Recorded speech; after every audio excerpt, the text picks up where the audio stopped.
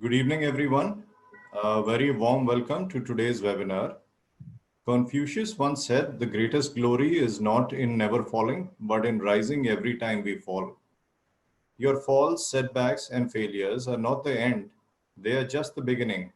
There has been no great success story that doesn't talk about its failures. Therefore, one must take them as an opportunity to learn and begin again. Today, as a part of NDIM leadership responsibility in education and knowledge enhancement, being India's first and the only business school declared as a mentor institute by the Government of India and the CII, we are here with the opportunity to learn how to overcome hardships and emerge as winners despite these testing times. NDIM is a 28-year-old nationally and internationally accredited MBA college, declared as the best industry-linked B School of India for 3 years in a row, 2017, 2018, and 2019, by the AICT, Ministry of HRD, and the CII. NDIM has also been awarded by the Associated Chambers of Commerce and Industry for Best Placement Services and as the Best B School in North India from 2017 to 2020.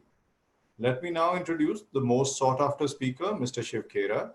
Mr. Khera is one of the world's best author, educator, business consultant, and public speaker. He inspires and encourages individuals to realize their true potential. He has taken his dynamic personal messages across the globe from the US to Singapore. His 40 years of research and understanding has put millions on the path of growth and fulfillment. Over 8 million copies of his books have been sold globally, including his international bestseller, You Can Win, in 21 languages.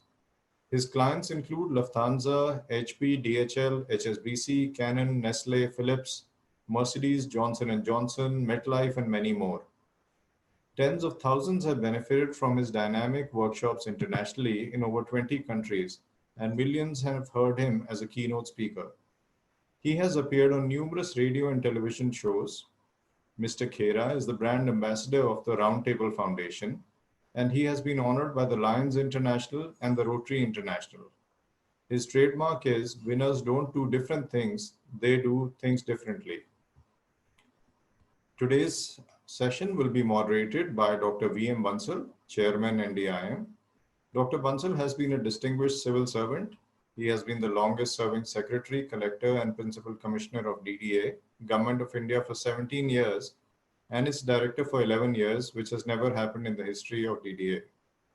He has headed several public sector undertakings and departments of the Government of Delhi, Government of Punjab, and Government of India, and held a number of important leadership positions in major international events, starting from Asian Games in 1982 to Commonwealth Games in 2010. He has led the 10 delegations of the Government of India to more than 18 countries and was advisor to the Lieutenant Governor of Delhi at the time of Commonwealth Games. He is a special invitee to the Education and Skill Committees of FICCI and ASSOCHAM and is the chairman of the Education Committee of PhD Chamber of Commerce and Industry. Keeping in view the best track record of placements and internships at NDIM, AICT has appointed our chairman as a member of the National Steering Committee on Internships of the AICTE. NDIM is the only non-government college in the country on this internship committee of the AICTE Government of India. I now invite Dr. Bansal for his opening remarks.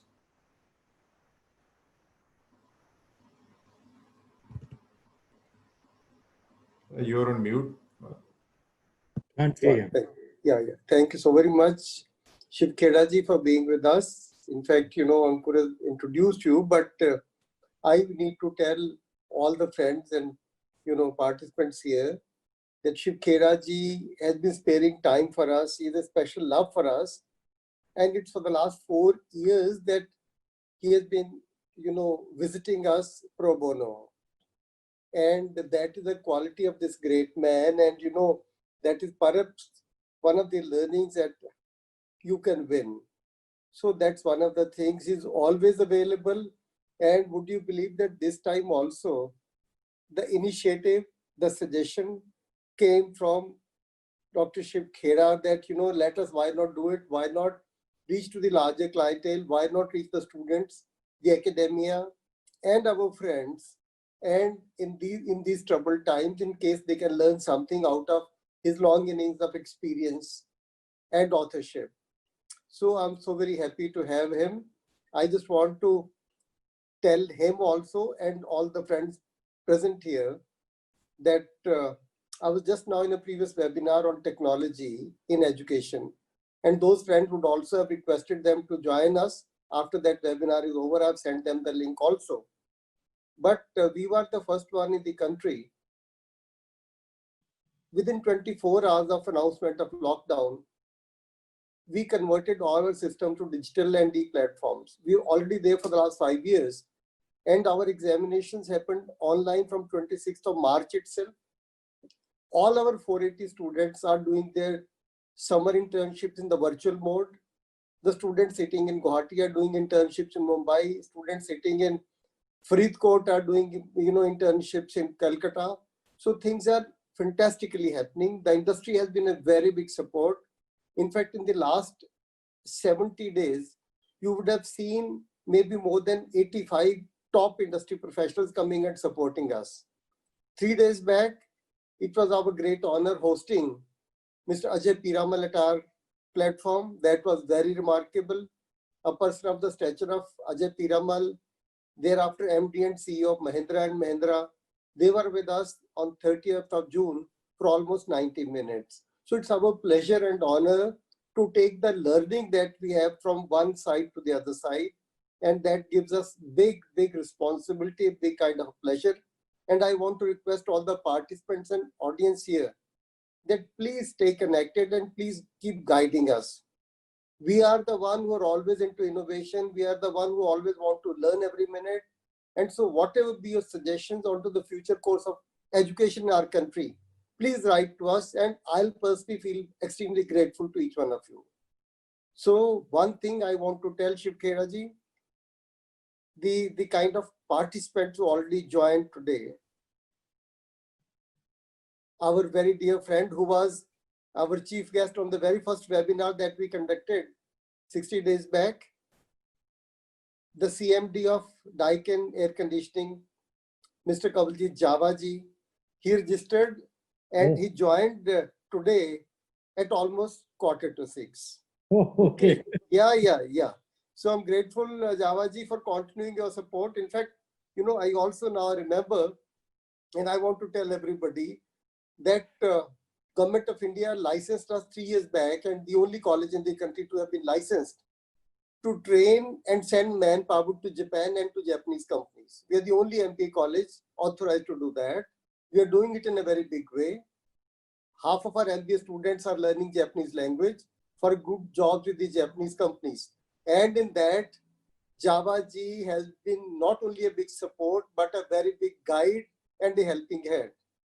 And at least I was seeing the list, more than 4 dozen MDs and CEOs, very large number of directors and founders of various companies, and almost academia is represented from every IIT, from every university, from every college of Delhi University, and from every known institution of the country.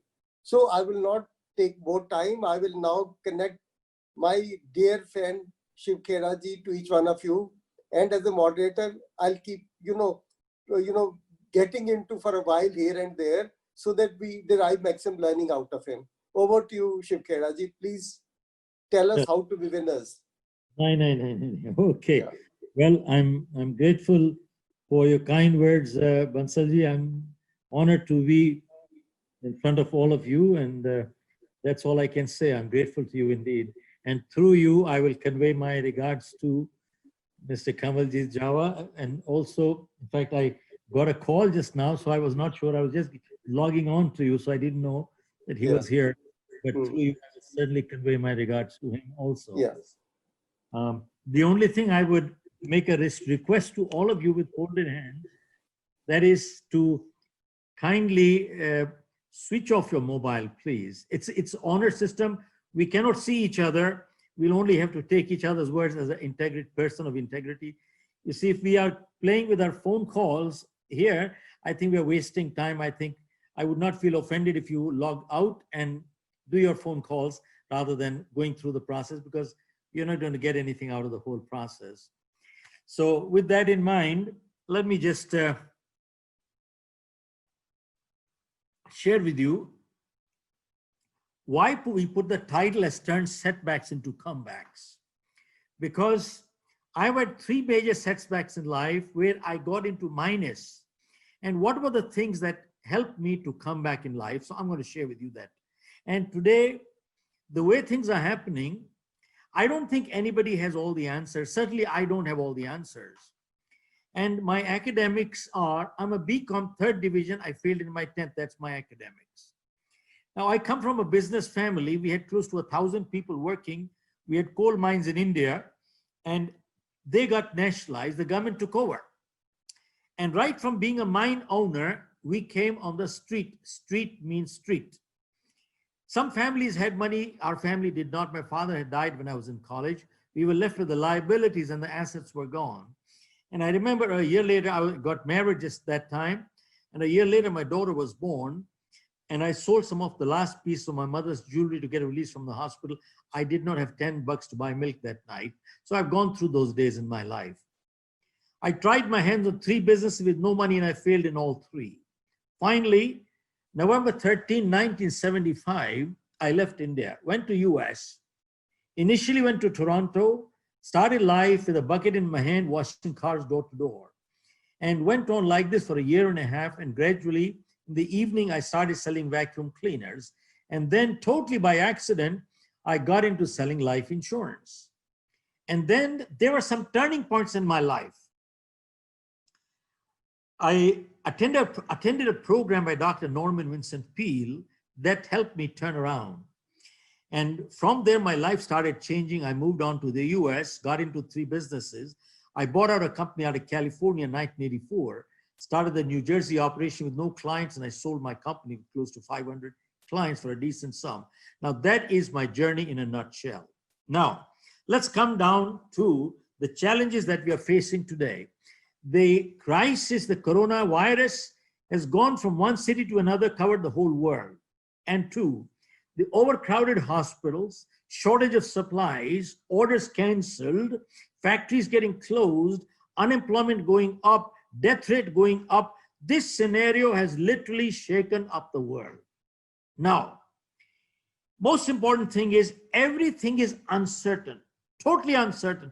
Nothing is predictable. Nobody can predict there is a finish line here. That's a finish line. Nobody can tell. With the result, everybody is feeling insecure. And that insecurity is leading to stress, anxiety, frustration, depression, and anger. This is the emotional state of many, many, many people today. Now, all I can say is stress is both normal and natural.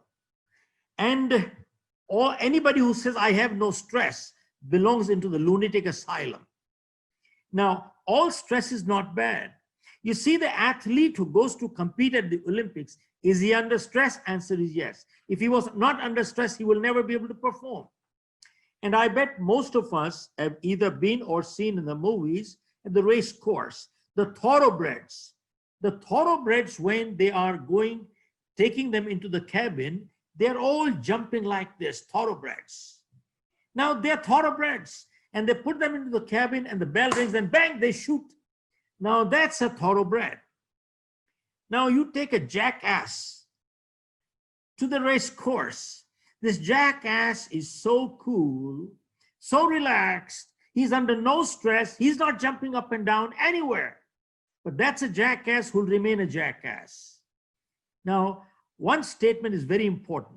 Folks, stress is the price we pay to be a thoroughbred in life. I repeat, stress is the price we pay to be a thoroughbred in life. Now, stress, all of us can handle. I repeat, all of us can handle stress. What we cannot handle is chronic stress. Bansalji, what we cannot handle is chronic stress. Now we have a problem. Now, let us not overrate the crisis, and let us not underrate our strength to fight and win. This sentence I will repeat one more time. Let us not overrate the crisis, and let us not underrate our strength to fight and win. Now, with that in mind, this crisis has impacted us three ways. One, our life. Two, livelihood. Three, our lifestyle. How do you impact our life? None of us know who will be in quarantine next. Nobody knows. I repeat, nobody knows who will be in quarantine next. Nobody knows.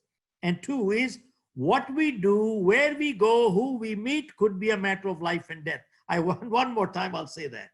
What we do, where we go, who we meet could be a matter of life and death. Okay, that's part. Now, two is livelihood. Everybody's incomes have literally come to a standstill. Individuals, there has been a job cut or pay cut, or businesses have closed, or even governments are going bankrupt. They're not collecting any taxes. So literally everybody has incomes have stopped. Now, with this crisis, who is the worst impacted? Now, there are three kinds of people in this world. One is the super rich, two, mediocre, three, the poor. The poor are the worst hit. They're the daily wage earners. They work during the day, eat in the evening, work during the day, eat in the evening. They're the worst hit. Now, two is the super rich. They're not impacted. Their livelihood, their revenues have come down, but they are not suffering from livelihood issue. Folks, are you aware that Apple Computers has $250 billion in cash reserve? Did you know that, Bansalji? $250 billion in cash reserve. Now, they don't have a livelihood problem, man. I will be totally surprised if people like the Birlas, the Tatas, the Adanis, the Ambanis, they also have a cash flow problem. I'll be surprised. So they don't have a livelihood problem. Now, the third is the mediocre, people like me and possibly you and some others. They are thinking, will the crisis finish before the money, or will the money finish before the crisis? That is the question coming to everybody's mind. Will the crisis finish before the money, or will the money finish before the crisis? Now, we had another business in the US, which I sold my company. We used to do pension tax consulting firm. And as part of our consulting to them, we used to always tell them that, look, you must have 1 year of your income in cash, always accessible within less than 24 hours. This is called emergency fund or opportunity fund. Why is that? Because emergencies never warn you in advance. Accidents never tell you and come. They just come. So you must be able to access 1 year of your income within less than 24 hours. Now, if we don't have it, it's a little too late. But going forward, we need to plan properly. Now, this is the time where people have started realizing that there is a difference between active income and passive income. Active income is, I go to work, I get money. I go to work, I get money. Now, I don't go to work, I get no money. This is called active income. Now, people have realized that even if I'm not able to go to work, I must get money. That is called passive income. Otherwise, in your life, you are never independently wealthy. You are not independently wealthy. Therefore, we must create a passive income to ourselves for the rest of our lives. Okay. So much for that. Now, let us talk of the livelihood component, which is currently and going forward, especially you have a lot of management students listening to this. I had a very senior banker come to me. So I asked him, I said, tell me, you are working as essential services. What percentage of your staff is working? He said, we are working with 30% staff. I said, are you working at 30% efficiency? He said, no, we are working at 60% efficiency and we are targeting 70, 80, 90%. I said, with 30% staff? He said, yes. I said, how are you able to do it? He said, there are many people who are earlier on manual banking, we are putting them on a digital platform. And especially people like me, senior citizens and others who were shy of technology. I didn't know under computers. So he said, especially the senior citizen, we're putting all of them on digital platform. And he said, we are shooting for 60, 70, and 90% of efficiency with 30% staff. So my first question was, if you have cut down 60% staff and you're working at 80% efficiency, that means either they were redundant before or they will become redundant after the crisis is over. Now, he says, well, we haven't reached that point, but that could happen. That could very well happen. Now, there are 4 kinds of employees in every organization, and Javaji can probably relate to that. There are 4 kinds of employees in every organization. One is the superstar. Superstar are the proactive people. They're asset to your organization. They contribute in the growth of the company. They come up with ideas. They take pride in their performance. They do a great job. They do work without supervision. And when they do their job, it is done.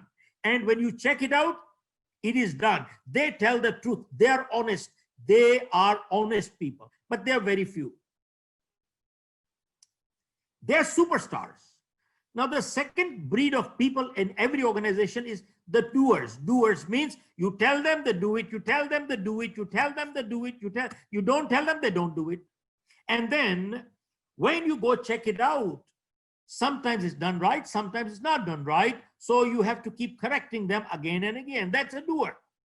But to hide their incompetence or lack of attitude, the guy once in a while slips in a lie. He tells lies also.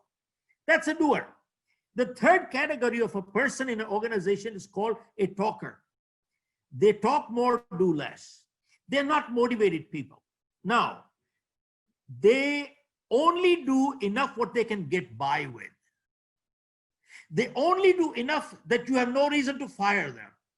They only talk and they do as little as they can get by with, and that's about it. Now, they are habitual liars. You see, because they don't want to do the job. And that's a talker. And the fourth kind of person is the troublemaker. See, superstar is great. Doer, tolerate, you can tolerate. Talkers and troublemakers, he said, we need to get rid of talkers and troublemakers now. And not only that, they should have been thrown out even before this crisis came.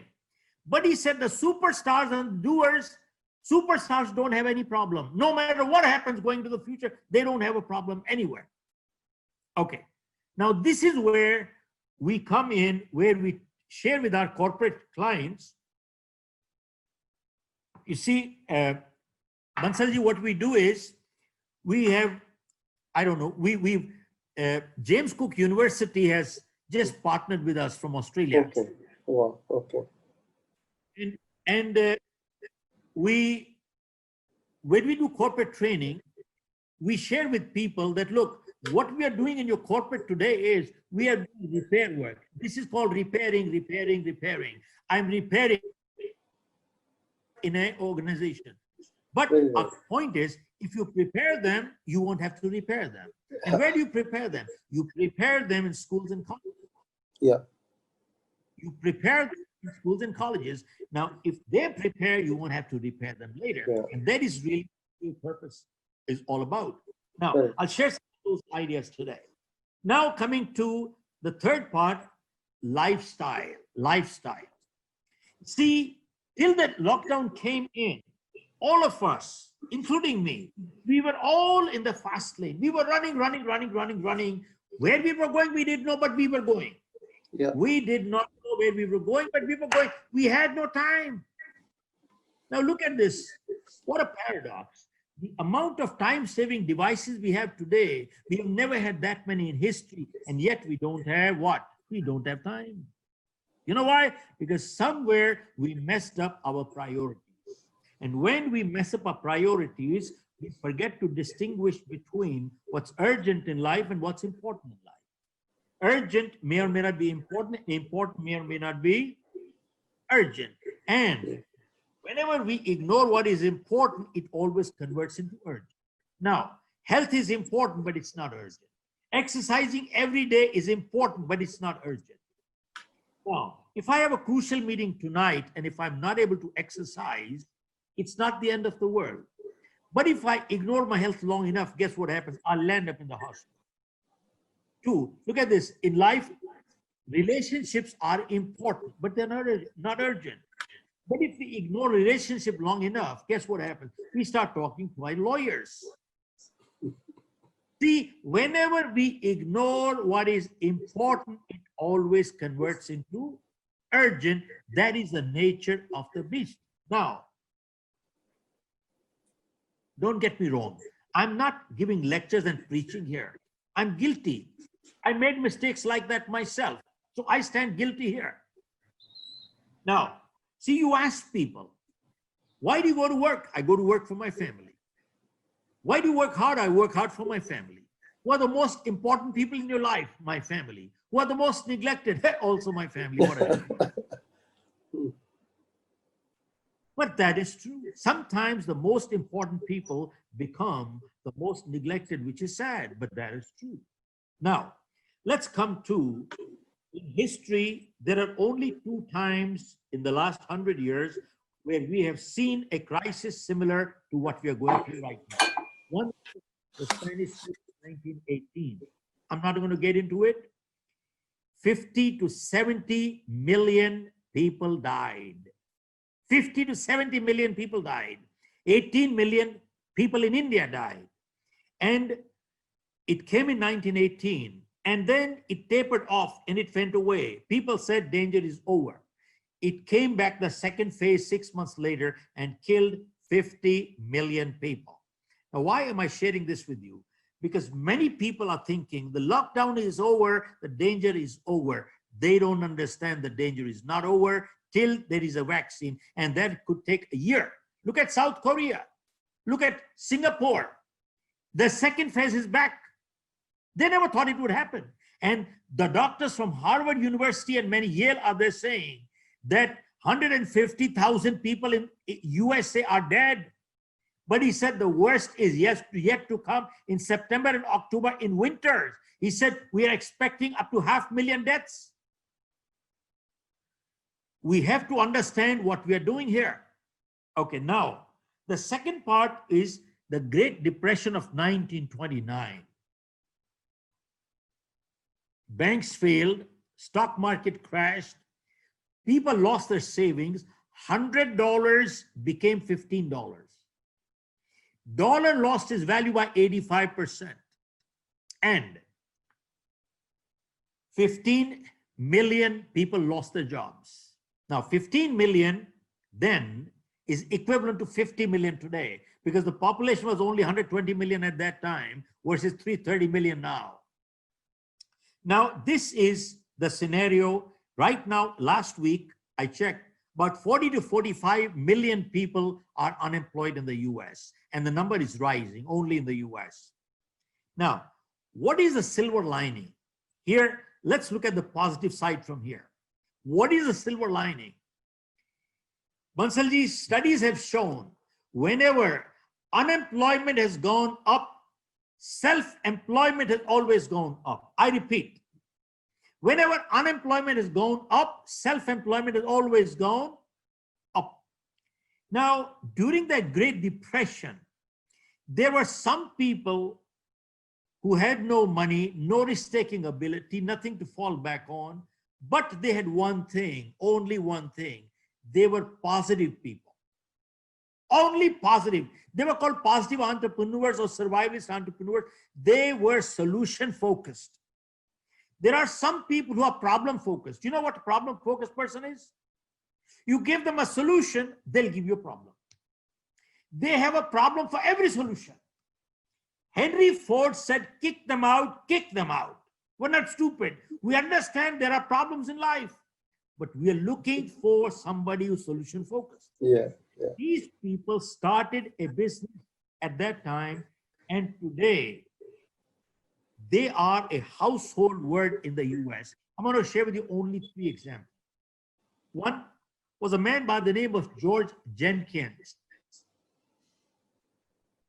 In his neighborhood, in an abandoned place, he started a outlet for non-durable, non-perishable and durable goods. Now, these two words are very important. Non-perishable, because if they perish, it's a total loss. Why durable? He said, if I'm not able to sell, at least I can use it. They had no risk-taking ability. They were not able to tech use, nor they were innovative people. But this is how this man started. And today, he does a turnover of $30 billion. His net worth is $6 billion. He has 1,000 outlets in the US, and the store is called Publix Supermarket. Check it out on Google. Second guy was Gallo Brothers. They were struggling in California, but they found some grapes and started questioning making wine. But nobody would buy it. People had no money to buy it. They started selling the wine 50% below market. And today, Gallo wineries are one of the largest wineries in the world. They account for 25% of wine business in the US. They're worth $10 billion. Third example was a man by the name of Simplon.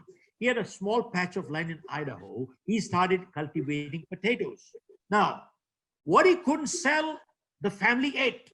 What he could not eat started rotting. Now, he could not afford the rotten potatoes. He started freezing them. And today, he accounts for 33% of the French fries business in the US. He's called the Potato King. Largest customer is McDonald's. He's worth close to $10 billion. Now, why am I sharing all this with you? Don't get me wrong. I don't want to leave people with the impression that you and I start something, we will all do billions of dollars of turnover and will become billionaires. That is not the message. The message is we need to become solution focused, and that's about it. Nothing else. Think about it. How come under the same set of circumstances, some people break records while others break themselves? How come? I repeat, how come under the same set of circumstances, some people break records while others break themselves? How come? We need to figure out where we are, who we are.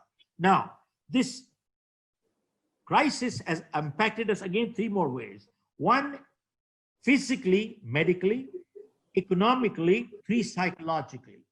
Medically, I'm not qualified. I'm not a doctor. There's enough information going around, so I'll leave it alone. Economically, I will address only two things. People are re-evaluating. Nobody cares what's your top line. Everybody says, bottom line is more important than top line. I don't stand to my top line. And second thing is, people have come to realize that money in the bank is more precious than having 50 shirts in the closet. Money in the bank is more precious than buying a car for $100,000. All of a sudden, people have realized what it meant. Cash is king. All of a sudden, now they say, oh, now I understand cash is king. Okay. Now, the second part is, on the economic side is, earlier, everybody was talking of globalization, globalization, globalization. Now, the word is localization, localization. Why localization? The production was 20,000 miles away from consumption. And all of a sudden, a country realizes that now the country that supplies me can blackmail me. They blackmail me. Are you aware that 97% of pharma products in the US are coming from China? Sir, did you know that 97% of pharma products in US is coming from China? And all of a sudden they woke up that a country is going to blackmail us. What do we do? Where do we go from here? Okay, so much for economics. Now let us talk of psychologically. Psychologically is the emotional side. This is the crucial part. People who are emotionally strong, they are coming out stronger from this crisis. And people who are emotionally weak, they are shattering and falling apart. WHO came up with a report that domestic violence has gone up by 50%. What a disgrace. Okay, now let us do what steps can we take to overcome this crisis. Now, I'm going to share with you 8 steps. 8 steps.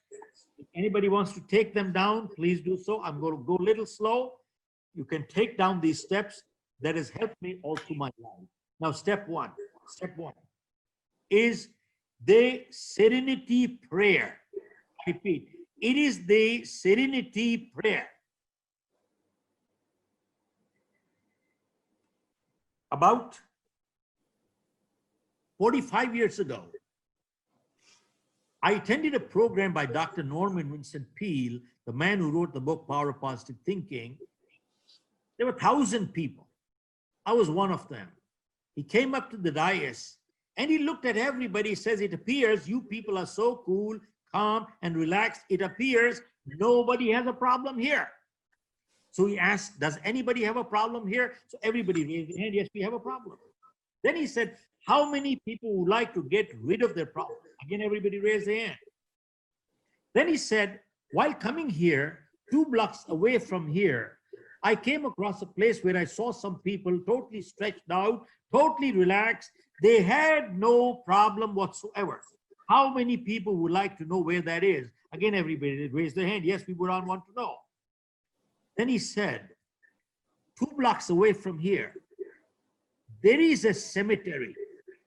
There are people lying there, all stretched out, totally relaxed. They have no problem whatsoever. How many people would like to get rid of their problem? Nobody raised their hand, everybody put their hand in the pocket. Then Dr. Peale said, remember, problem is a sign of life. So long as we are alive, we shall have problems. The day we don't have problem, we'd be dead. And when you're running short of problems, that is the time to get on your knees, pray to God. Have you stopped trusting me anymore? Send me some problems. Folks, that day, Dr. Peale gave a prayer, which is called the Serenity Prayer, which I will repeat twice. And to me, it is the crux of life. And since that day, 45 years ago, to date, I have never left my home without my prayer. And I've faced many crises. And this prayer has helped me tide over many of them. And it goes like this. It says, God grant me the serenity to accept the things that I cannot change, and courage to change the things that I can, and wisdom to know the difference, what I can and what I cannot. That's it. Yeah. God grant me the serenity to accept the things that I cannot change, and courage to change the things that I can, and wisdom to know the difference, what I can and what I cannot. Now, if we analyze and dissect this prayer, it says, God grant me the serenity to accept the things that I just cannot change. Now, let me ask you, is everything within our control in life? Answer is no. Can we change and mold everything? Answer is no. There are many things beyond, such as, I didn't choose my parents, neither did you. I didn't decide where I was going to be born, neither did you. And if this is the color of my skin and my height, there's nothing I can do about it. And granted, sometimes people are born deformed. And granted, sometimes bad things do happen to good people for no fault of their own. What wrong did they do? Who knows? It says, how did this corona crisis come? I don't know, but it's here. What I cannot change, let me accept it graciously, not grudgingly. Because many times in life, we keep fighting the things we just cannot change, and we bring stress into our lives, and we become paralyzed, and we become unproductive. So it says, what I cannot change, let me accept it graciously. And if I can change, give me the guts to do it, and wisdom to know what I can and what I cannot. Now, when I wrote my new book, You Can Achieve More, I think I gave it to you last time. Yeah. You have been giving, been very kind all the time. I took this thought 2 steps forward, which was launched in London, this book. It said, life is full of choices and life is full of compromise. Seems like a contradiction, but not really. See, if I ill-treat you, I've chosen to be ill-treated, haven't I? If I treat you with discourtesy, I've chosen to be treated with discourtesy, haven't I? If I light up a cigarette, I've chosen to invite cancer, haven't I?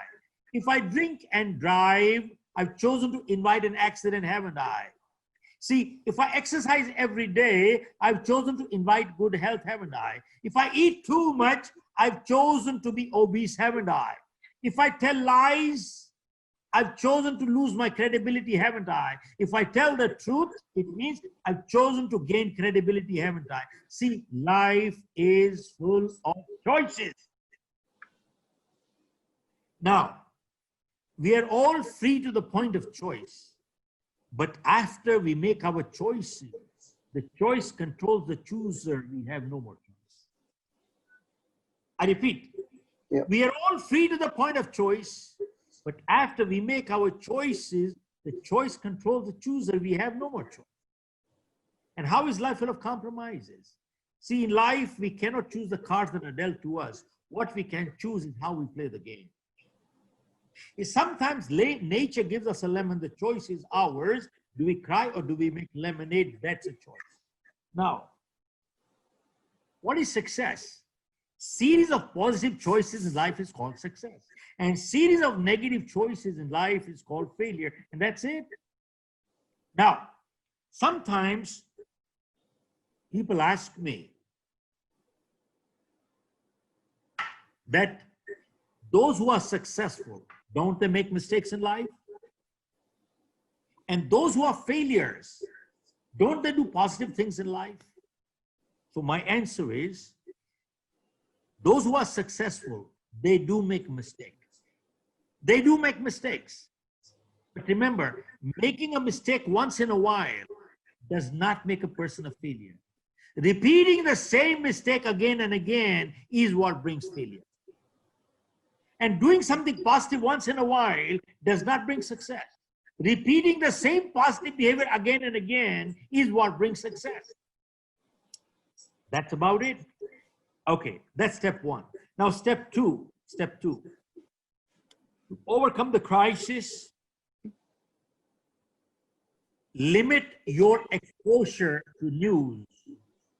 Only twice a day, 15 minutes in the morning, 15 minutes in the evening. And that's about it, no more. You know why? Because the news is so negative. It is so depressing. It pulls you down. Have you noticed there are some people who wake up in the morning and the first thing they do is turn the TV on. To do what? To check the score. As if there's a cricket match going on between England and Australia. What score are they checking? Oh, how many infected? How many died? How many infected? How many died? How many infected? How many died? How many? They watch that for 2 hours. Then they switch the channel as if the score is going to change. And they switch the 3rd channel and the 4th channel. And from morning till night, 13 hours, all they're watching is how many infected, how many dead, how many infected, how many dead. And at night, the guy says, I'm feeling depressed. Of course, you will feel depressed. You are filling yourself with negativity all day long. And when you are depressed, your immunity goes down, your chance of catching the virus are much greater. Limit your exposure to news only twice a day, 15 minutes in the morning and 15 minutes in the evening. That's it, nothing else. Step 3. Step 3.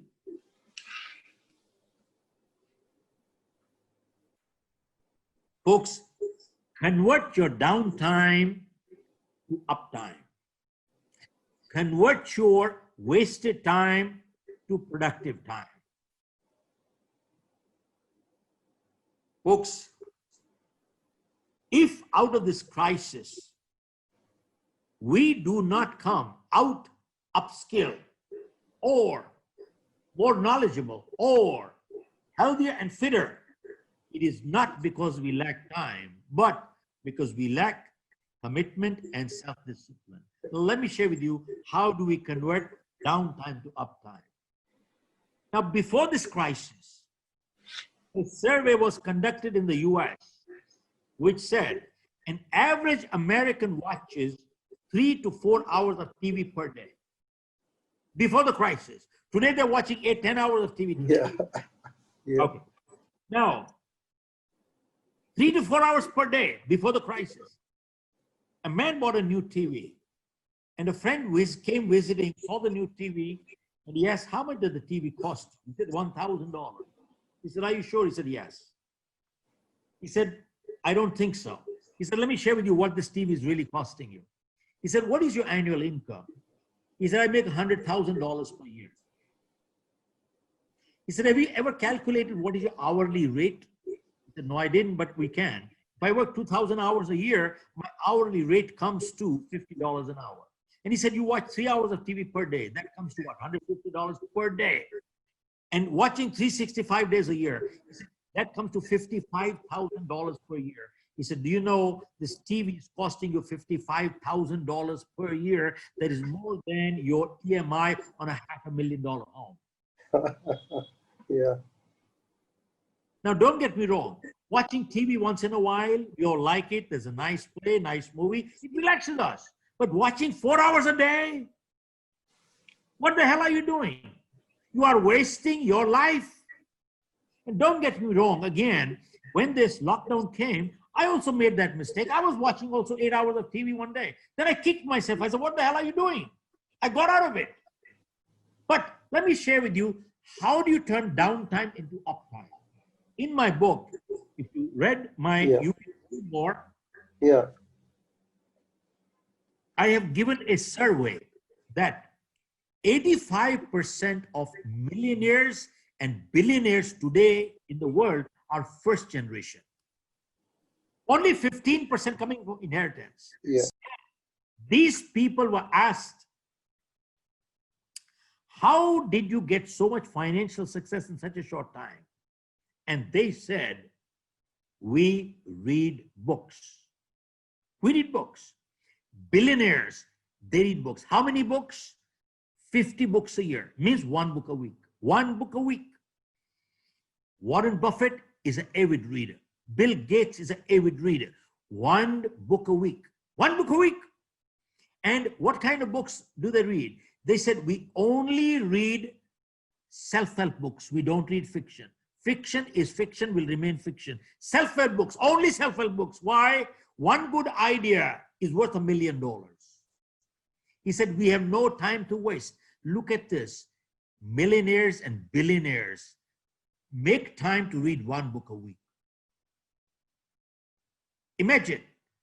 And whereas people who are not getting anywhere, they're unemployed, they have all the bloody time. But they said, you know, I have no time.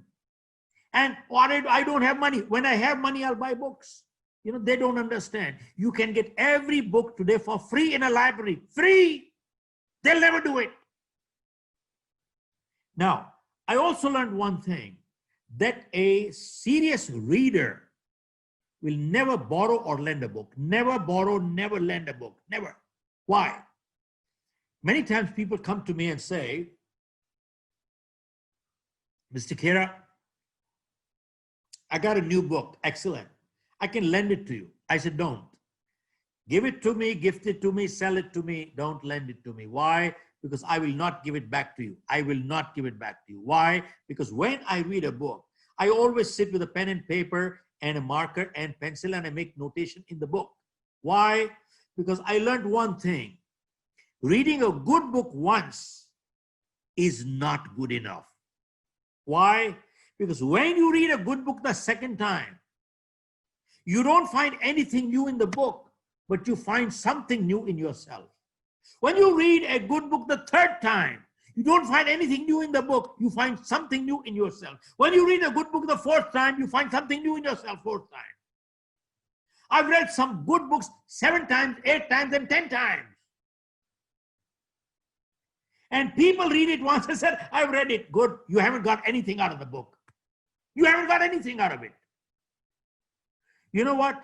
A good book gives you the wisdom of ages in a capsule form. And you don't have to reinvent the wheel. And it prevents you from pitfalls, costly mistakes in life. Serious people who are getting somewhere, they understand that. Okay, now, why did I start this third component? By saying that from this crisis, see, at one time, I used to read 30, 40 books a year. But in between, for a few years, I dropped it. And the other day, I was cleaning my office. Bansal Sahab, I found out that in my own library, I have close to 250,000 books in my library. My office, which is more than many library has it. And some books were read half books. Half, I read them half. I brought them, started reading again. One night, I was reading till 6 o'clock in the morning. I couldn't get up till 2 o'clock, but who cares? It didn't matter. I didn't waste my time watching TV. Now, all I can say is, I said in the third part, if we have not come out upskilled, more knowledgeable, or healthier and fitter, it is not because we lack time. How can anybody say they're home, I don't have time? Of course, you got all the time in the world. I share with you just about 8 weeks ago, and I'm not proud of it. I did not know how to SMS. I was learning from my grandchildren. Sir, I was learning SMS from my grandchildren. And in my life, I had not done an email. I did not know how to do an email. I did not know how to turn this computer on. Only 8 weeks ago. And today, I am doing one webinar after the other, sometimes 2 webinars a day. And people are paying us money. People are paying us money for it. And we are booked till August now. We are already booked till August. You know something? And I have upskilled myself during this period. 2, I'm reading books. 1 to 2 hours per day goes every day in my learning day, 2 hours per day. And three, I've lost 6 kilos of weight. All I can say is, if through this crisis, if we have not upskilled or become more knowledgeable or become healthier and fitter, there is something wrong with us. That's all I can say. Step 4. Step 4. Step 4.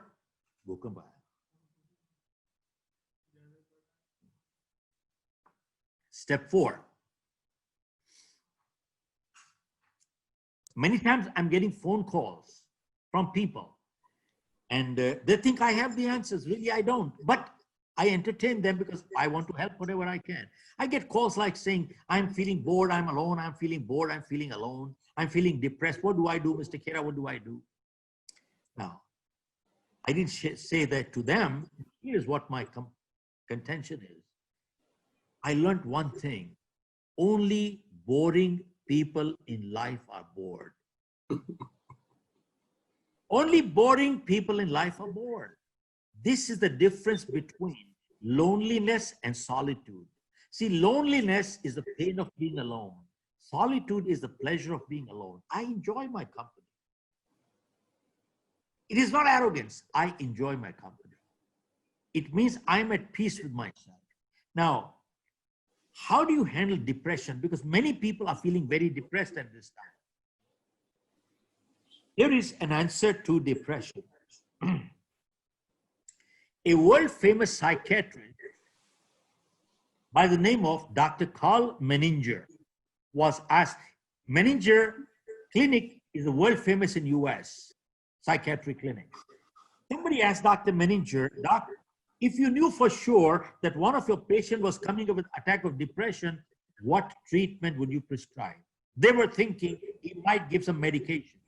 Dr. Menninger said, if I knew for sure one of my patients was coming up with an attack of depression, I will tell them, go home, lock yourself out of the house, go to the other side of town, find somebody who is in trouble, help them, and your depression will go away automatically. Yeah. Find somebody in trouble, help them, and your depression will go away. He said, poor people don't get depressed. They're so busy earning a living, they have no time to get depressed. Depression is the disease of the rich. Yeah. They have all the time to get depressed. Poor people don't even have time to get depressed. They are so busy making a living. Folks, I do a lot of work with the Round Table, do fundraising for the Rotaries and many other places. These people are busy every day with blood donation camp, eye camp, polio eradication. I haven't seen these guys depressed. They're all great. Yeah. What a remedy given by a world famous psychiatrist from the US. Okay, step 5. Step 5.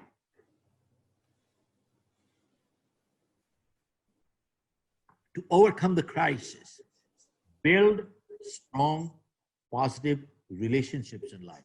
I repeat, build strong, positive relationships in life because they are your support group in life. They are your support group in life. Folks, think about it. People who have good relationships, what they can achieve with one phone call, you cannot achieve with $1 million. I repeat, people who have good relationships, what they can achieve with one phone call, you cannot achieve with $1 million. Folks, relationships, personally, professionally, socially. What does that mean? Our families and friends.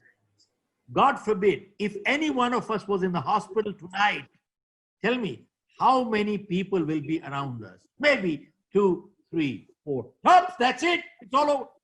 No more than that. And they're the ones we take them for granted, which is sad. And I'm guilty myself. It is time to understand our priorities. And there was a survey conducted in the US. It said, we all have 24 hours a day. And 24 hours is not good enough. We're running short of time. But supposing miraculously, a day could have 26 hours. Supposing you could have 26 hours. And if you do, what would you do with the 2 extra hours? You know, invariably, 100% people say, we will spend those extra 2 hours with my family. Well, damn it. If you would do that, then now you've got 24 hours. Spend your time with your family. What a great opportunity. What a great opportunity. And interestingly is, I repeat, people who are emotionally strong, they are actually coming stronger. The bonding is stronger. And people who are not strong in their relationships, they are fighting. And if they don't make it up, they will break tomorrow. Guaranteed they will break tomorrow. Now, this is one side. But let us come to the next side. I received a phone call from a gentleman I had not heard 10 years. I had met him 10 years ago. But I had a lot of respect for him and vice versa. So he just called me and he said, Mr. Khera, I was going through my records. We had met 10 years ago and we felt comfortable with each other. But somewhere it is my fault. I apologize. I disconnected with you. I'm just calling to reconnect. I am just calling to reconnect. I have no business with you, but I'm just calling to reconnect. Now, after he hung up, I felt so guilty. He beat me to a phone call. And immediately I pulled up my telephone book and I looked at some people who I have a lot of respect for, but I had not spoken to them in 3 years. I picked up the phone and I started calling and I said, buddy, I met you 3 years ago. I apologize. I didn't keep up with you. It's my fault, sir. I'm just calling to reconnect with you and want to stay in touch with you. You know something? It was so easy and that's about it. That's it. But you see, there are some people who have learned in their programs or business clues, network.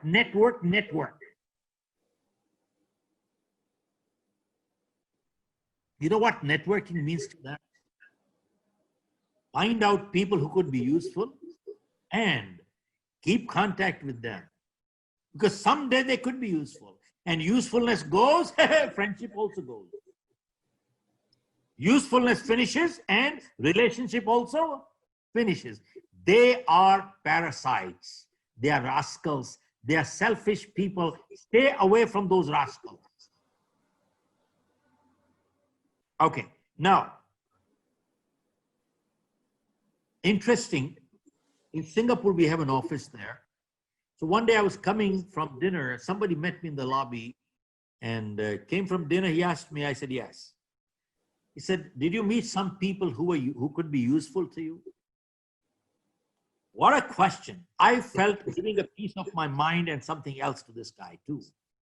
He could only think of, did you meet some people who could be useful? Now he is only looking for meeting who could be useful. This selfish person does not understand that meeting a good person is good enough. These are parasites.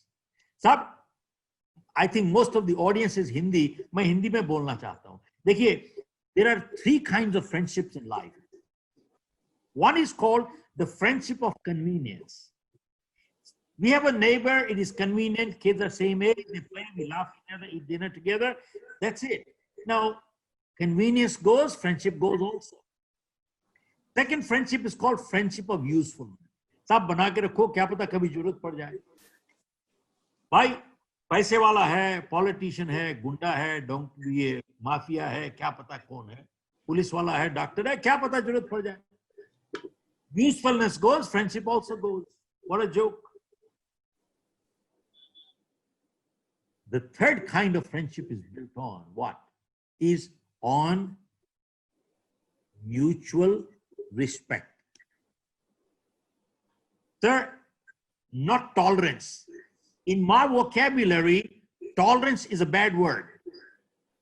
I repeat, you hear every day people shouting, tolerant, be tolerant, be tolerant. In my opinion, is the most ridiculous word.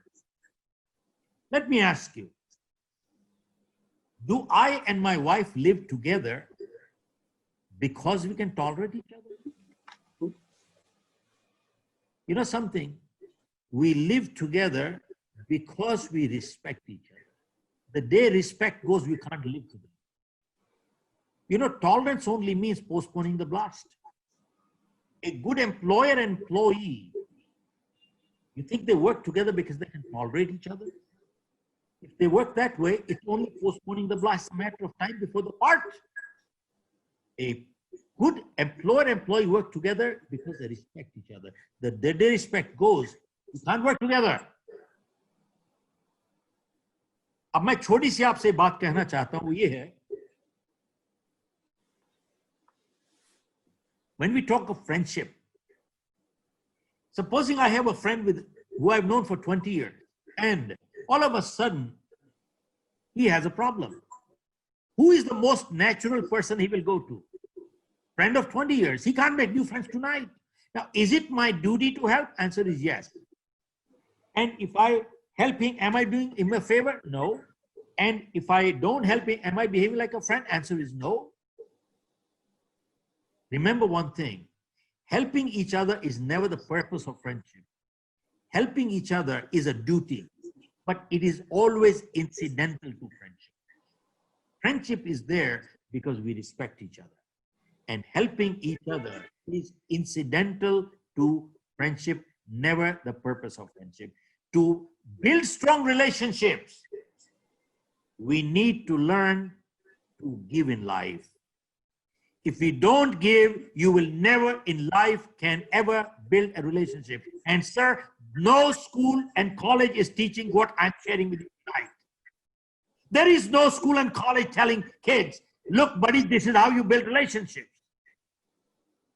Do you know today with the divorce rate, you know what is the scenario? Love at first sight and divorce at first fight. Love at first sight, divorce at first fight. Pack. What a joke.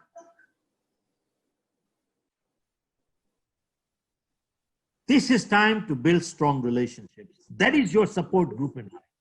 Okay, number 6. Number 6. To overcome crisis, become a proactive person, not a reactive person.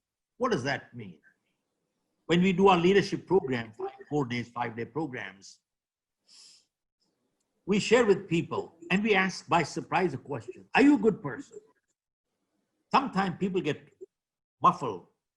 I'm not sure. If others think I'm sure. Other people think I might be, so on. Once in a while, people say, yes, I'm good. And you ask a follow-up question, what makes you good? Sometimes they say, well, I don't do bad, so I'm good. See, I don't steal, so I'm good. I don't cheat, so I'm good. I don't tell lies, so I'm good. And my answer is that I do not agree with your answer. I discard your answer. Not doing bad does not make a person good. Go ask a medical doctor. Absence of ill health does not mean good health. And a person does not become good when they don't do bad. If I don't cheat, it only means I'm not a cheat, but that does not make me good. If I don't steal, it only means I'm not a thief, but that does not make me good. If I don't tell lies, it only means I'm not a liar. That does not make me good. The person becomes good when they proactively do good. That's called good. Okay, now, why am I sharing this with you? There's an important reason. See, folks, all the people right now viewing this program, they are all leaders. Everybody's a leader or a potential leader. They're leading somewhere, and they will lead somewhere. I've learned one thing in my life, that a good leader takes a stand for something in life. A good leader always stands for something. Now, if you stand for something, by default, you stand against something. A good leader is never neutral. If you're neutral, you're a politician. In my life, I have never been a neutral. I've taken a stand for something and a stand against something. Now, why am I sharing this with you? People talk of compassion.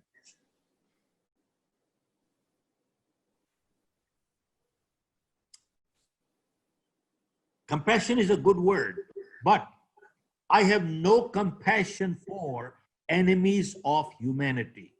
I have no compassion for enemies of humanity. Now, who do I label enemies of humanity? I've seen videos in New York. I've seen videos in Europe. I've seen videos in India. There are people who are beating up doctors. They're throwing stones at the doctors. And they are beating up the nurses. And they are spitting at the doctors. Knowing they have the virus, but they want the other person to get it. They are spitting on vegetables. They're spitting on fruits. They're spitting on pizza for delivery, home deliveries. This is sadistic behavior, knowing fully well, I want to destroy this person. I call them enemies of humanity. I have no compassion for them. Now, why do I share this with you? Here, I was doing a program for about 5,000-6,000 people. As I finished, a man from the audience came up and he said, Mr. Khera, are you a Gandhian? Bansal ji, maine ek cheez seekhi hai zindagi mein. Sir. That don't answer a question till you clarify. And two, sometimes the best answer to a question is a question. Yeah. So I asked him, can you give me criteria of being a Gandhian? Who becomes a Gandhian following what principle of Gandhi that makes a Gandhian? Mm-hmm. So he scratched his head and he says, Gandhi believed in one, he believed that with love you can win everybody in the world. With love you can win everybody. And second principle of Gandhi was tolerance. Gandhi believed in tolerance. And three, Gandhi believed in non-violence. Yeah. Three principles of Gandhi. Then again, he looked at me. Are you a Gandhian?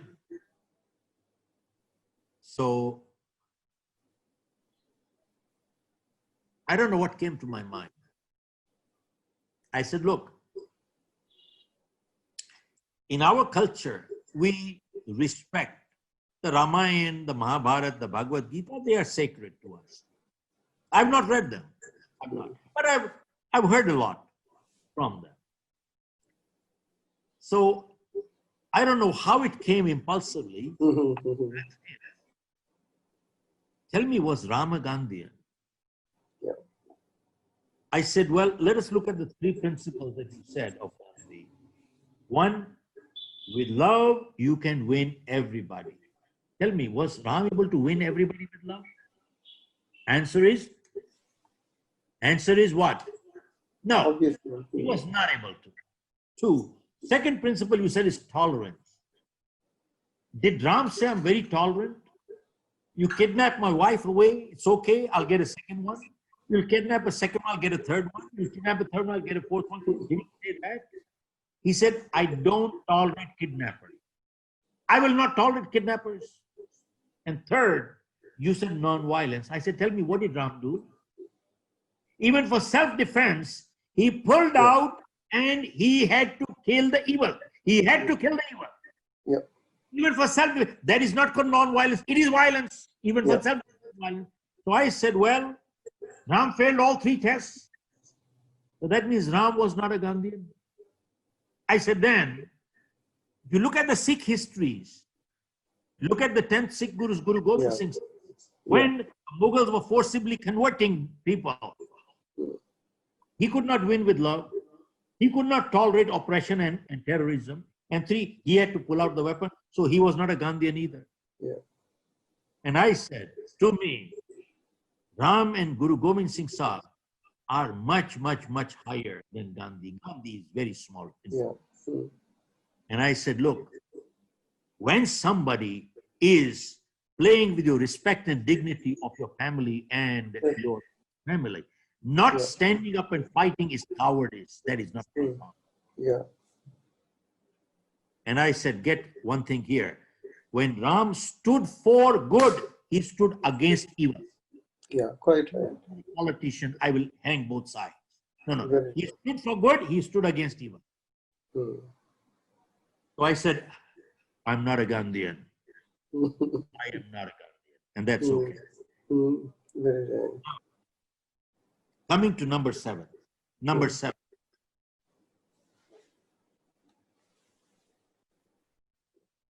This is the second last. In fact, I've gone way over. I'm cutting down, in fact, cutting short.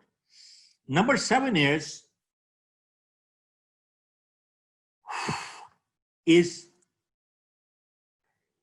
साहब कहते हैं विश्वास शक्ति देता है लेकिन अंधविश्वास इंसान को कमजोर बनाता है. Faith strengthens people.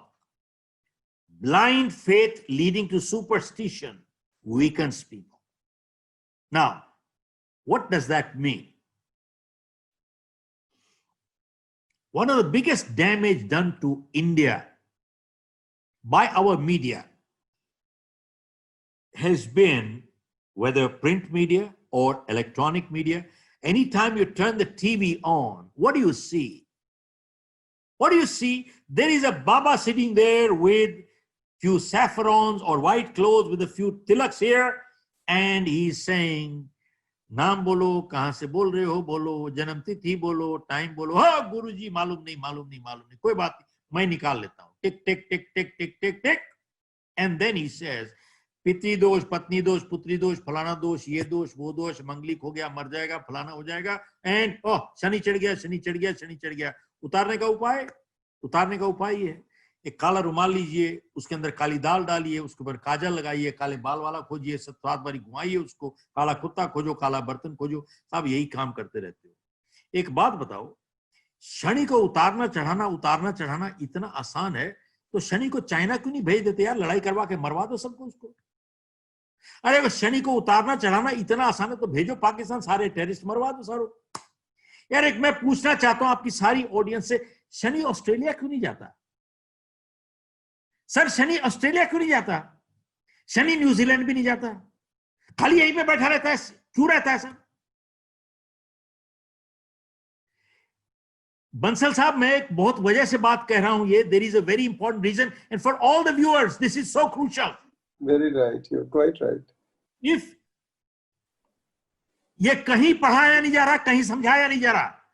You see, if you look at the life histories of Swami Vivekananda, Swami Dayanand, Guru Nanak, they fought against superstition. Yeah. The whole life was based on against superstition. आप देखें, in Sikh families, they never tell you horoscope. There is no manglik. They don't have a good omen time for wedding. Every wedding for a Sikh family is done on a Sunday. Sunday doesn't sit right, they do it on a Saturday. Saturday doesn't sit right, they do it on a Friday. सब आप देखिए वहां पे हजारों आदमों की भीड़ लगी हुई है वहां पर, और बाबा बैठा हुआ है वहां पे.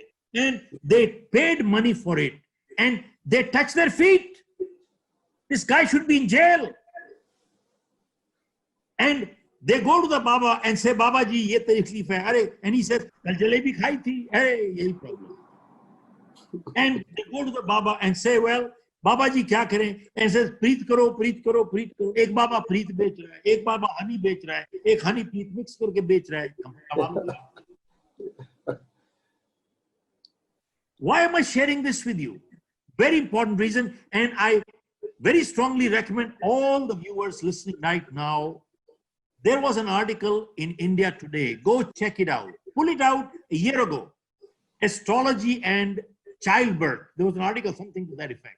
He said, because of superstition, natural childbirth in India has gone down by 80%. 80% natural childbirth has gone down.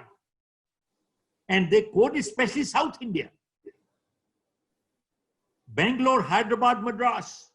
Are you aware that 80% of childbirths are taking place because of C-section and operation? You know why? Because some astrologers said, that is good omen, pull your child out at that time. What a joke. Quite right. Now, why am I sharing this with you? You see, show me one person in the world who has not had ups and downs. We all have ups and downs. Yeah. But you see, when we have downs, what do? We evaluate, analyze, and we figure out if a similar situation came again, will I behave the same way? If I will, then means I have not learned anything. We need to accept responsibility. So when similar situation comes, at least I've had a learning from my past. But you see, people who are fatalistic, you know what they say? Not my fault, my stars are not favoring me. And they never learn anything from any downsides. They keep repeating the same mistake again and again and again. You know, this is totally sad. I could just go on. I could do a 1 hour, 2 hour program only on this and look at the life histories of people. They have ruined their lives. So,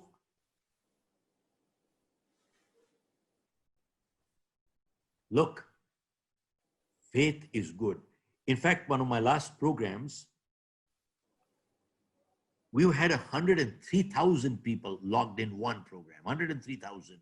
And one person asked me, Mr. Khera, if I go to a temple and I stand there for 12 hours waiting to get in because it is so crowded, would you call that faith or blind faith? So my answer was only one, that look, I pray every day. I believe in God.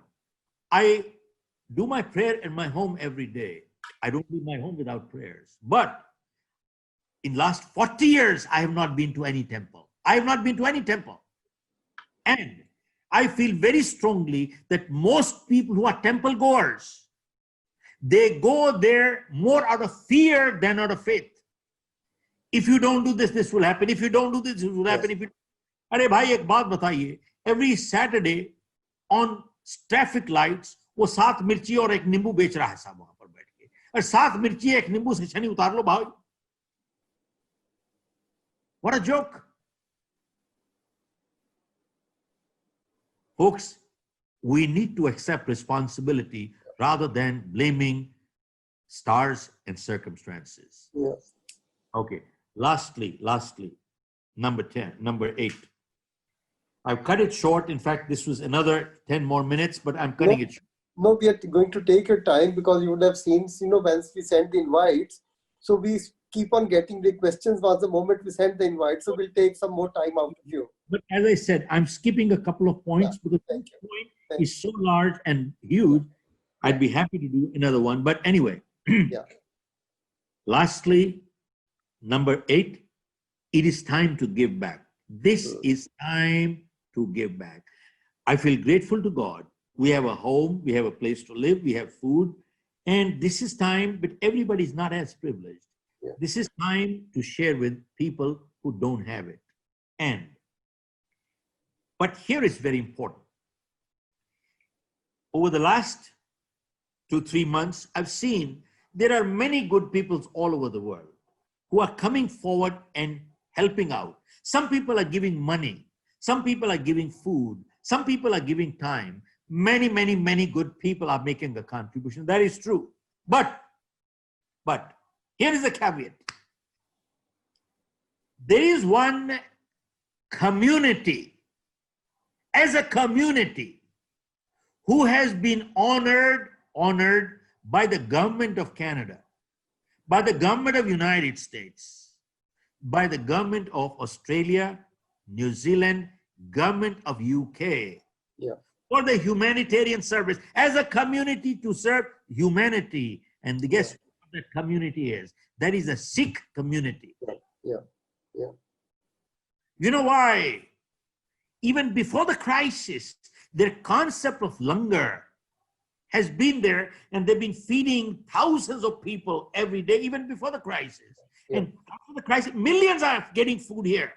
You know why? Because the Guru Granth Sahib's teachings are so clear. They teach that community is caring people. 2, they're sharing people, they share. 3, they're daring people, they dare. They're caring people, they're sharing people, and they're daring people. They have the guts and courage to stand up against evil. Look at that boy, Gurtej, who stood up in the Chinese now. Again, it came back. They are daring people. Now, you see, I wish, and you being a bureaucrat, I wish the government of India had adopted the Guru Granth Sahib's philosophy in this country instead of our own constitution, which has been amended 150 times. This country would have been totally a different country. Now, I share with you, there was a man by the name of Lafayette in France. Very wealthy man, and lots of warehouses full of grains. A major drought came in, and his advisors said to him, Mr. Lafayette, people are starving. They will give any amount of money. They'll sell their belongings to pay you for grain. And Lafayette said, no, you don't understand. You see, there were good times. They were laughing, we were laughing. They were making money, we were all making money. These are not good times. These are not good. This is time to open up all your warehouses, give it free. This is time to share. You know something? It is people like that who make the world livable. Now, why am I sharing this with you? For a very important reason. And I wish all these things were part of the curriculum in our schools and colleges. Now, here's what I'm coming to. Because I finished a program for VHNI. HNI is high net worth, very high. This VHNI is very high net worth. Now, who do I label as very high net worth? People in excess of $250 million. $250 million is very high net worth to me. I finished one program, and Bansal, one person from the audience came up and he said, a person who has $1 billion and billions, he doesn't need money anymore. His many generation will be able to handle it. Why does he still keep working and still making more money? I need to understand that. So I said there are two kinds of people in this world. One billionaire is who's got billions, but he wants to make more to keep a score. To keep a score. And how is keeping a score?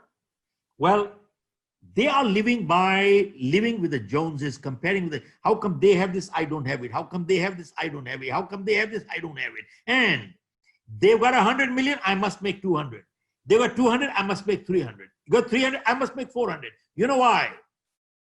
Because they're checking their self-worth by the net worth. I repeat, they are checking the self-worth by their net worth. If I have less, I'm inferior. They don't understand. Things don't make people, people make things. You take the things away, they'll die out of shame. They are making billions and billions to keep a score, to hide their inferiority. And they amass wealth, do nothing for society. They sit on their wealth like a snake. That's about it. They're rascals.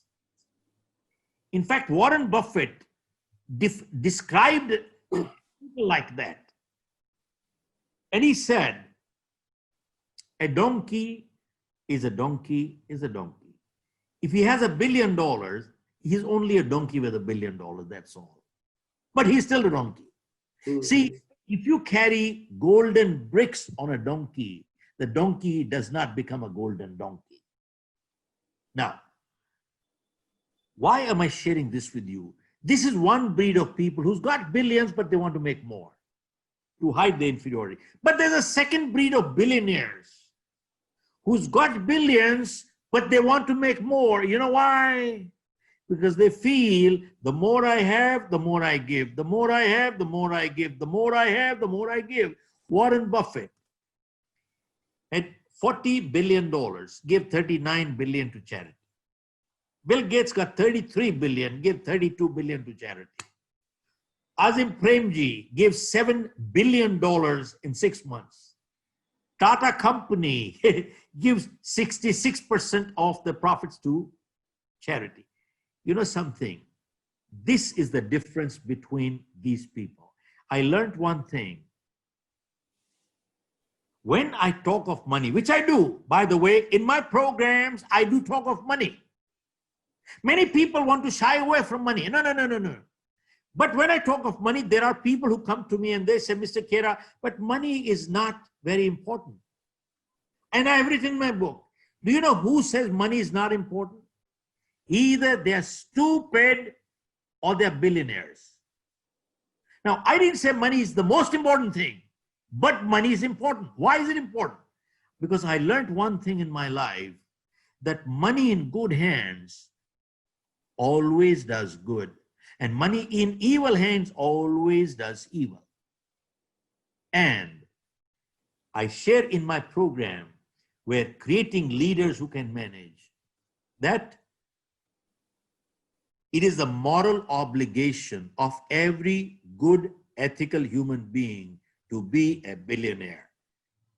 It is a moral obligation of every good human being to be a multi-millionaire and a billionaire. You know why? Money in good hands does good. Money in evil hands always does evil. Now, with those words, I'm going to stop here. And all I can say is, Bansal Saab and your audience, probably, sir, what you have given me, I don't know if I have been able to return you back. No. In fact, sir, is priceless. And you know what that is? You have given me your time, sir. And I've learned one thing, time is more precious than money, sir. And why did you give me your time, sir? Because you trusted me, sir. And I learned one thing in my life, that in life, trust is a much greater compliment in life than love. Because there are people we love, but we can't trust. And with those words, sir, all I can say is, I wish everybody, all the viewers, good health to their families, and to you, sir, and grateful to you, sir. Mike. Thank you. So thank you very, very much. Now, I'll take half a minute and thereafter some questions. We'll pick up only 3-4 questions because there have been big number of people waiting to ask you so many things. But all the things that you said, I mean, we are in 100% sync with you, agreeing with you. And the whole life, I always had one principle, and I read it very early in life, that you will never pass this way again. I say now, you will never have this 3rd July again. You will never have this audience again. You will never have Shiv Khera between 6 to 8 o'clock on 3rd of July 2020. You may have it again tomorrow. So you will never pass that way again. So anybody who comes your way, try to help them. And that has given us, I must say, tremendous love from everybody, tremendous trust from everybody, the people whom we didn't know, just didn't know. 10 years Principal Secretary to Honorable Manmohan Singh Ji, who was also Secretary to Atal Bihari Vajpayee. He joined our board of directors immediately once the government changed. Suresh Prabhu, 5 years as a Minister for Commerce, Industries, Railways, Civil Aviation, kept on coming to our board meeting, sitting with me on my board. I was conscious. I told him, sir, you're a minister. You should not be coming to a private college board. He said, no, I'm coming to VM Bansal. So same is with Shiv Khera ji. Whenever we request him, he always spares his time for us. Thank you so very much. And I'm going to catch you on your words. You also said that you'll be willing to spare sometime again. So I'll again have you there, because you would have seen that in these 70, 80 bad days, we took up the ownership of connecting the learned to the other people. So our job as an educational institution is to take the learning from friends like you to everybody. So thank you very much. And now, we'll have some questions from you for the audience who've been waiting all through. Thank you so very much. And I'm having your commitment to have you again with us. God willing. Thank you, sir. So, sir, we've been getting many questions. The couple I've shortlisted. One is that, success is defined by winning. Your book is also titled about winning. But then how do you relate this with Gita's philosophy of focusing on karma and not being desirous of winning and not focusing on winning at all? Well, I had a few people, I addressed a little while ago. Where does the Bhagavad Gita say that when danger is harping on you, at that time you go to the temple and do bhajan kirtan? Ye kahan likha hai sahab? Where does it say? I mean, we have been hearing or listening or reading the Bhagavad Gita 2000 years, but you know something, it's going over our head. We are not practicing anything out of it, nothing at all. Now, all I can say is, you just said the word success. Now, how do we measure success? How do we measure success? I'll just share with you a couple of examples, which ties with the Bhagavad Gita. Bhagavad Gita says that you need to do karam, but that doesn't mean that, do you think the Lord Krishna put Arjun into the battle to lose? Did he go into the battle to lose? He knew they were going to win. They had a target. They knew their goal. They were not stupid. I mean, there are many things which we need to learn from the Bhagavad Gita not to do. You look at the blind king Dhritarashtra got married, and then his wife was okay. And Gandhari, she was okay. Now, why did she put her blindfold? She said, my husband is blind, so I will also put a blindfold. In fact, the other way around, it should be that she should have become his eyes for the rest of his life. Not understanding, there are multiple things that don't make any sense right from there. Okay, now I'm just going to come to the one component about it, is the success part. I just want to ask you, who was the greatest legend in martial art? Bruce Lee. Bruce Lee. Bruce Lee still remains the greatest legend. Now, most people know the name Bruce Lee and they relate. But how many of us know that Bruce Lee's one leg was shorter than the other by 1 inch? I've given my book, You Can Achieve More. 1 inch. You see, 1 mm, 2 mm, 3 mm can disline a person, but 1 inch. And number two, Bruce Lee's eyesight was -10. He could not see his opponent without lenses. But Bruce Lee practiced 5,000 punches per day. And I've quoted Bruce Lee in my book. He said, I'm not afraid of a person who knows 10,000 ways how to kick. I'm afraid of a person who knows only one way, but he's practiced one way 10,000 times. That is dangerous. Now, let me ask you, Ankur, was Bruce Lee an exception? Yes, he was. Sir, I hate to disagree with you, sir. He was not an exception. Let me share with you. Anybody who's achieved anything like this, they all have come from behind. Now, you heard the name Michael Phelps, haven't you? Who was he? Created history at Beijing at Olympics, won 8 gold medals, 36 years record he broke. Now, you know that. But did you also know that 2 years prior to the Olympics, Michael Phelps fractured his hand? Most people don't know that. He fractured his hand. Now, you see, the doctors told Michael Phelps, you cannot get in the water anymore.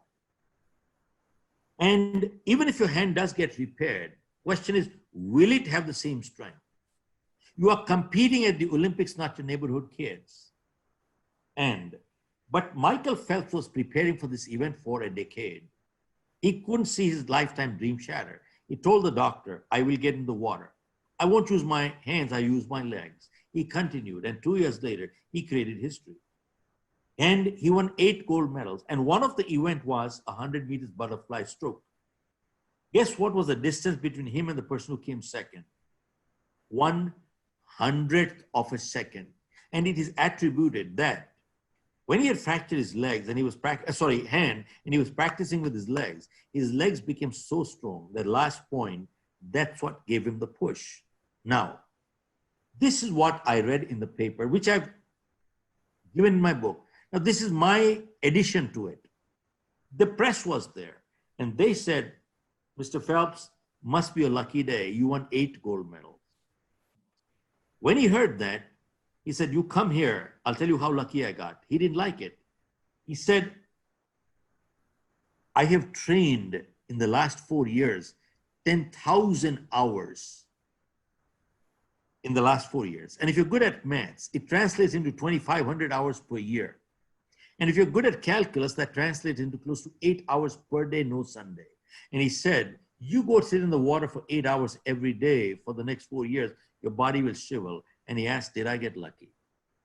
He said, athletes train 15 years for 15 seconds of performance. Go ask them, did they get lucky? Now, was he an exception? Answer is no. Go look at Steve Jobs at Stanford. When he gave the speech at the convocation, his first sentence was, I came to this world unwanted.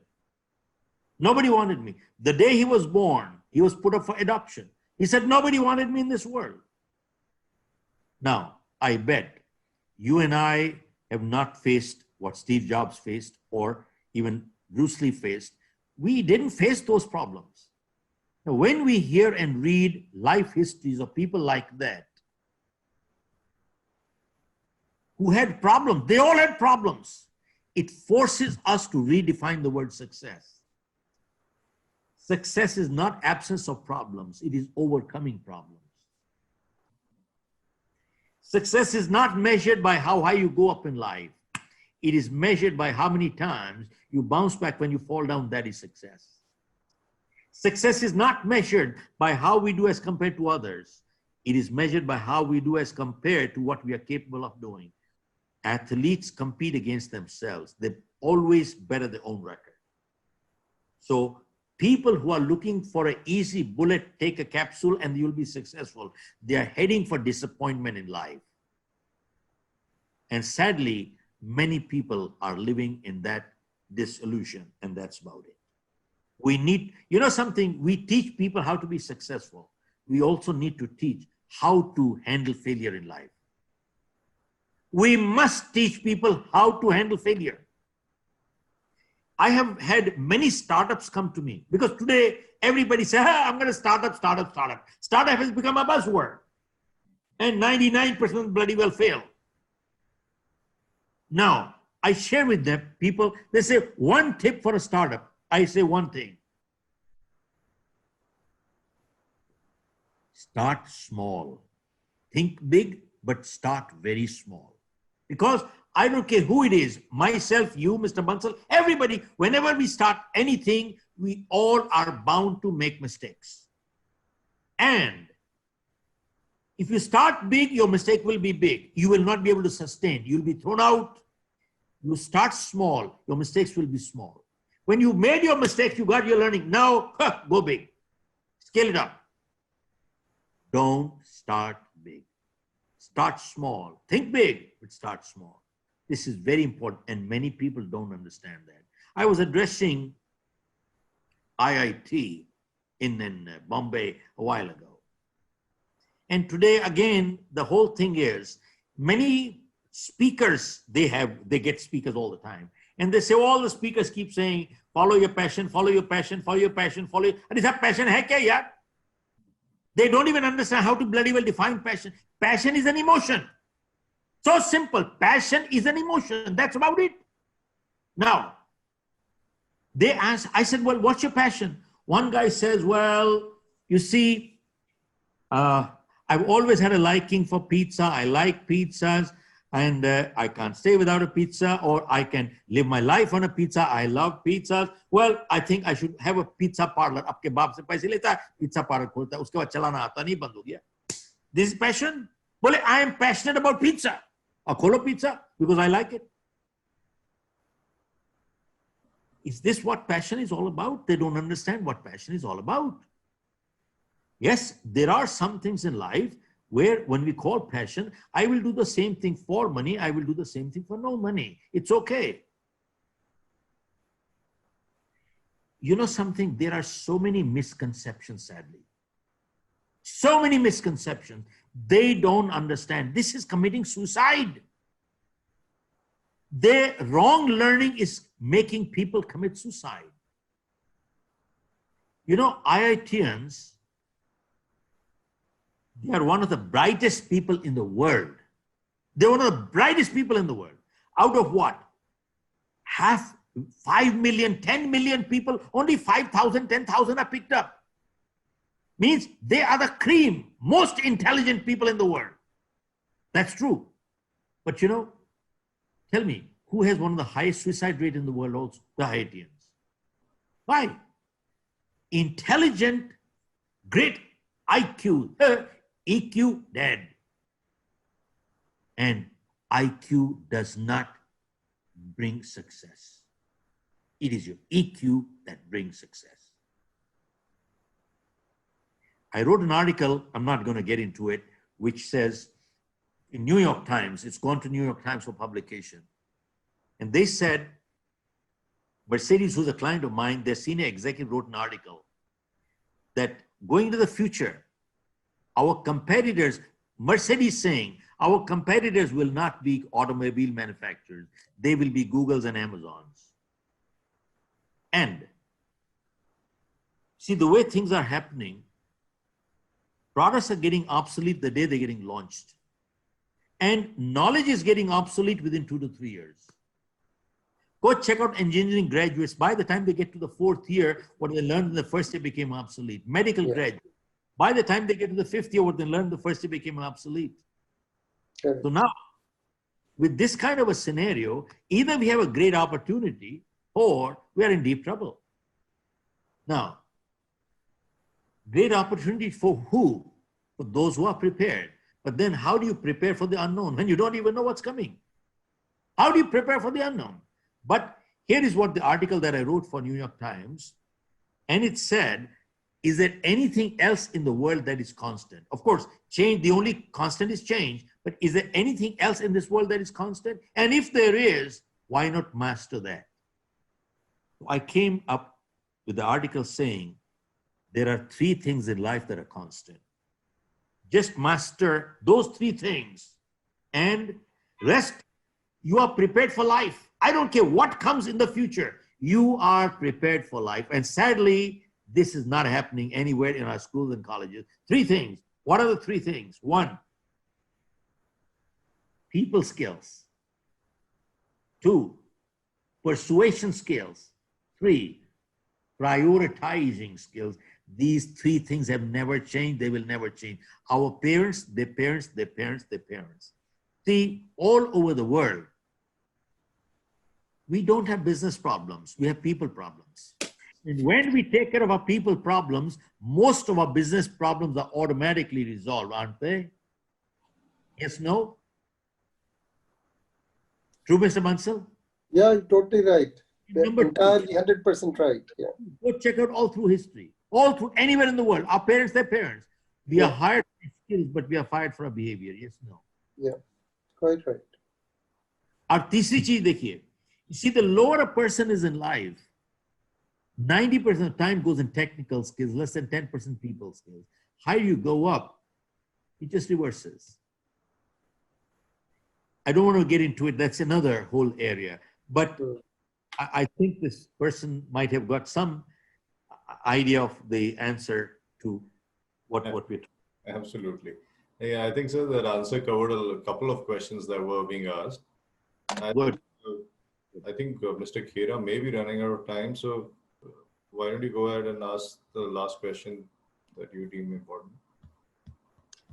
No. In fact, I don't think any questions, because he's virtually touched everything without anybody raising a question. And maybe, he's already tried to see how to see that people do not get into depressions. And especially, what's happened is rightly touched even the brightest of the IIT guys. So still one more word for, the guys, who are taking admission this year, who will graduate after 2 years from their MBAs and others. They're still caught up what to do. Again, their parents are still caught up. Everybody's caught up into so many situations. So in one nutshell, just show them the light, because basically, as you rightly said, they would all be governed by what is happening in the environment around them. But still, maybe a word from you would give them some positivity or some light for their futures. Dr. Bansal, my only thing would be, this is prepare time. This is not idle time. This is prepare time. Something, sadly, you see many times people who are working from home, you see now people are saying work from home, work from home. And I asked this banker, is this kind of thing working out? You know what he said? He said, Mr. Khera, the 80-20 rule applies. Yeah. 80-20 rule says only 20% people who are working from home are capable of working from home. They can work without supervision. They are responsible people. 80% people still need supervision. Yeah. And he said many of these people who are irresponsible or immature, they are taking working from home is a paid vacation. Yeah. And even I heard Narayan Murthy the other day, he said, unless we are able to measure out people, how can you pay them the same compensation? How can you pay them?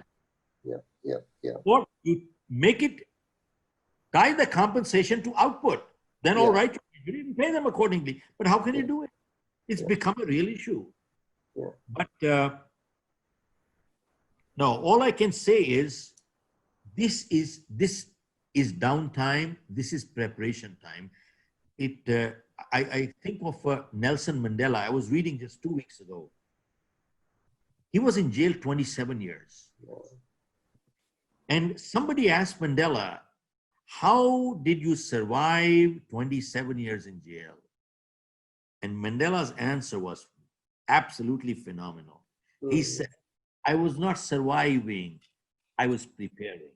Yeah, totally right. Very right. I was not surviving, I was preparing. Perfectly right, yeah. From there, I took out a line which says, see, I will not let this crisis define me. I will use this crisis to refine me. So you're very right, perfectly right. Yeah, perfectly right. That immediately, the moment, this lockdowns are not going to be there forever. What you say is very right. People should not be waiting for 1 more year for things to, open up. The moment things open up, there are great futures emerging for all of them. You're totally right. You're very right. Yeah, yeah.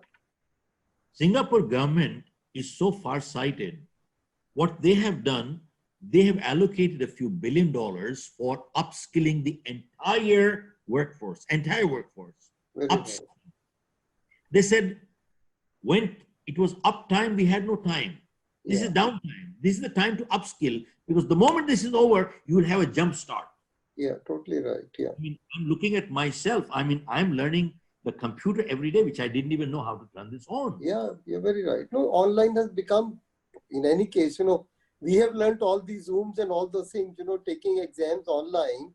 And we have even seen, Kheraji, you would be noticing for your kids, also grandkids, while in the physical form, most of the time, the attendance was 60 to 70%.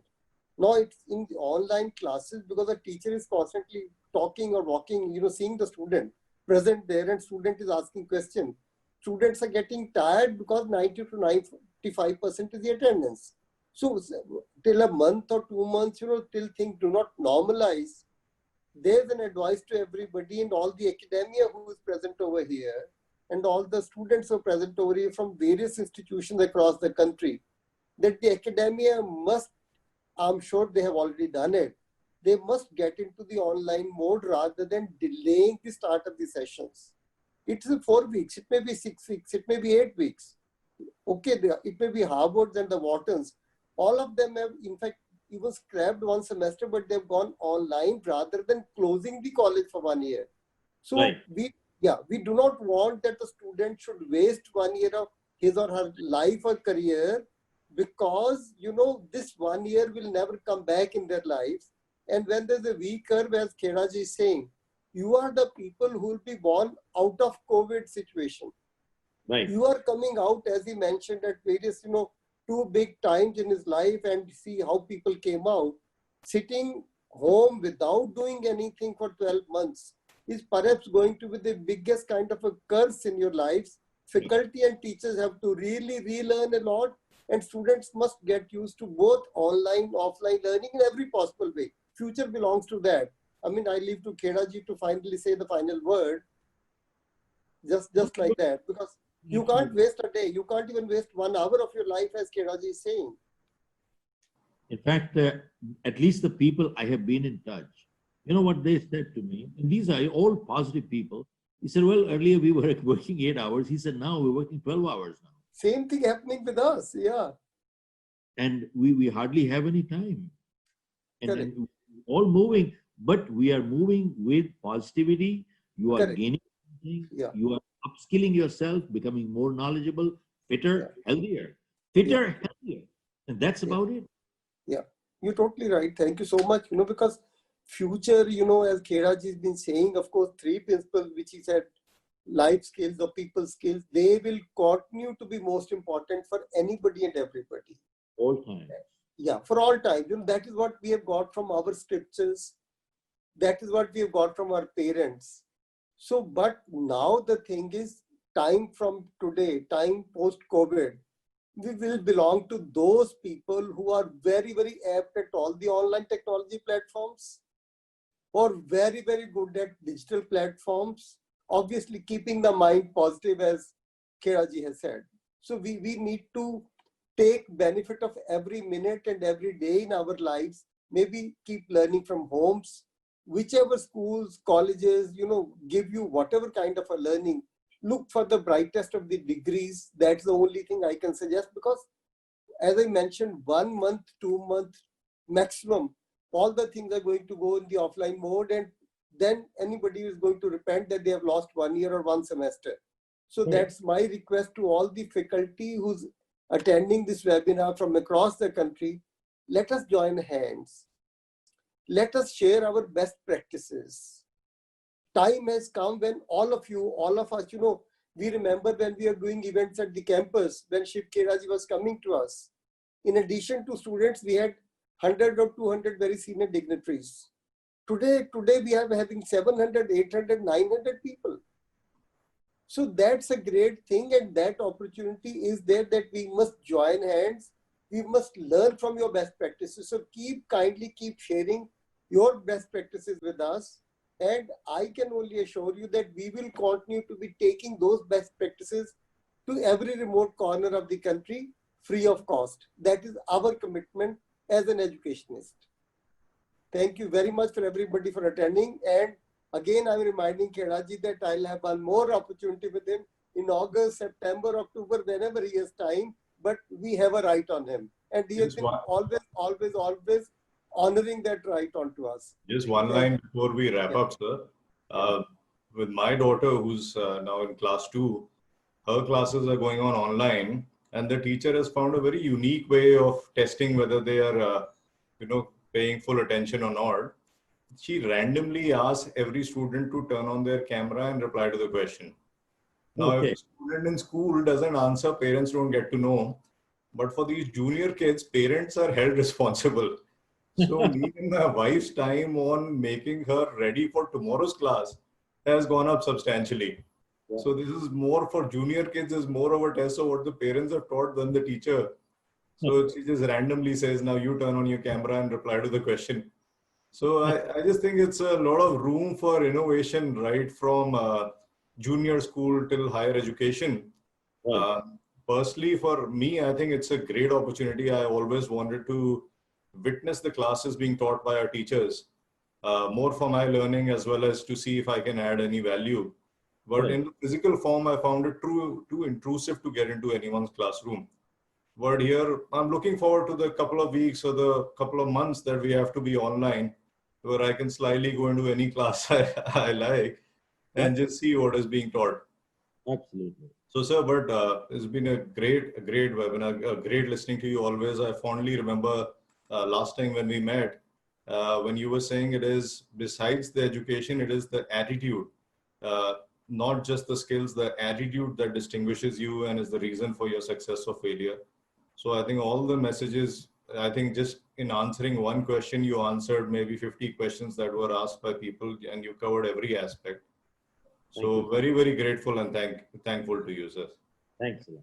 Thank you. And all the friends who are still with us, of course, we cannot have another similar kind of a speaker at any platform because Shiv Khera ji stands out across the world. On 11th of July, we'll be having 3 global coaches with us from different countries. And on 17th or 18th, we are having a webinar with the Korean giants, opening up opportunities for you in Korea because we are part of their network all these years. So we'll continue to bring all the new things to all the people who have been coming at these platforms. So please, we will be sending you the invite. Stay connected with us. And all of us, from all the people here, it's a big thanks to Shiv Khera ji, not from me, not from my faculty and students, but from all the people who are present till now. Thank you so much, Shiv Khera ji. I'm really grateful and obliged for all the learning that you keep on giving to us all the time. Thank you. I take a leave, sir. Thank you, sir. Thank you so much.